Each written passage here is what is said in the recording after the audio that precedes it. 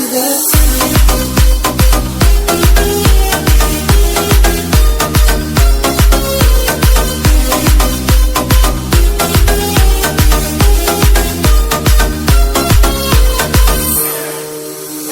Dostlarımla görüşürüz, şehre çıkırız her gece. Danışa danışa güle güle, şenleniriz sadece. Söndürür telefonu, narahat eden olmasın. Sen açılır kaygı, bana gelir gizlice. Gene başı beni duman, bana yaşırır her zaman. Canay canay canay can, sabahlı laşaydı. Gene başı beni duman, bana yaşırır her zaman. Canay canay canay can, sabahlı laşaydı. Sabahlı laşaydı.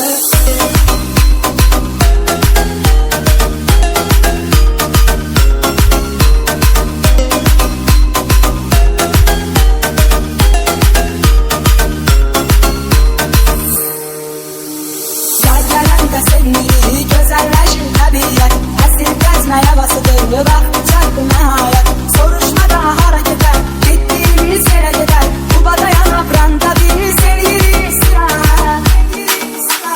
Gene başı beni duman, bana yaşırır her zaman. Canay canay canay can, sabahlı laşaydı. Gene başı beni duman, bana yaşırır her zaman. Canay canay canay can, sabahlı laşaydı. Sabahlı laşaydı.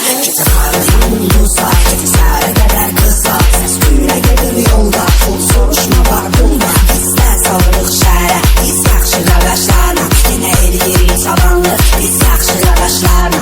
Sabahlı laşaydı. Gece maviye bulutta, oyunu gelir maravı. Gözünü açır maviye, kalan gözler bağlı. Girişir yayına bizde, eğilir misacine. Gören kim maviye, sabır için baralı. Sabır için baralı. Gene başı beni duman, bana yaşırır her zaman. Canay canay canay can, sabahlı laşaydı. Gene başı beni duman, bana yaşırır her zaman. Canay canay canay can, sabahlı laşaydı. Sabahlı laşaydı.